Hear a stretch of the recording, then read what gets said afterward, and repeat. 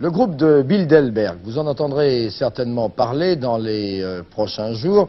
Tout de suite, des précisions sur cette espèce de sigle ou dénomination assez inconnue du grand public. Des précisions, Dominique Bromberger en Angleterre. Torquay, station balnéaire de 60 000 habitants, sera pendant 3 jours la capitale officieuse du monde occidental. Pour sa 25e rencontre, le groupe de Bilderberg doit, selon la déclaration faite à TF1 par l'ancien Premier ministre britannique Sir Alec Douglas-Home, étudier les problèmes économiques de l'Occident.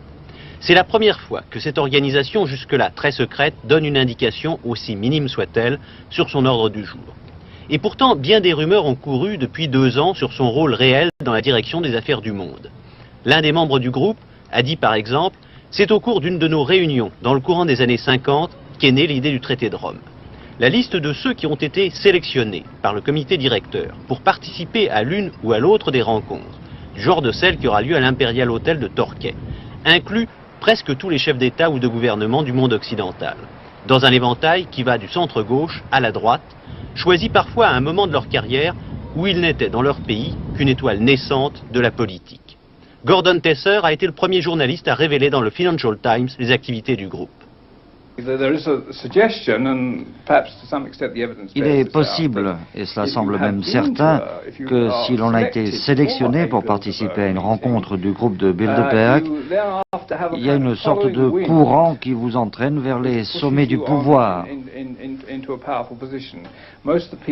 La plupart des gens qui se sont rendus à ces réunions accèdent à des postes de haute responsabilité dans les allées du pouvoir des premiers ministres ou des ministres de haut rang, par exemple. Et si vous arrivez à un poste très important sans avoir été sélectionné par les gens du groupe, eh bien vous serez immédiatement appelé à en faire partie. Les 22, 23 et 24 avril se retrouveront dans cet hôtel de Torquay, gardé d'un côté par des falaises abruptes, de l'autre par des forces de police impressionnantes, des chefs de gouvernement tels l'allemand Helmut Schmidt ou le suédois Faldin, des ministres importants tels le britannique Healey, des personnalités de la politique comme Henry Kissinger ou Margaret Thatcher, du monde des affaires comme David Rockefeller et même du syndicalisme. Mais il n'y aura à l'issue de ces conversations ni déclaration ni communiqué.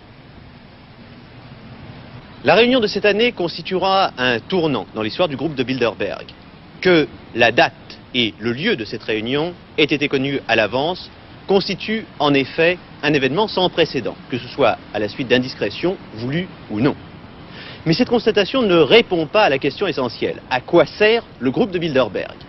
S'agit-il simplement d'un forum où les grands du monde occidental se retrouvent pour échanger leurs idées et éviter entre eux tout malentendu? Ou bien est-ce un lieu de rencontre où l'on élabore des décisions qui engagent l'avenir du monde occidental? Cela dans le secret et en dehors des procédures normales. TF1 à l'Imperial Hotel, Torquay.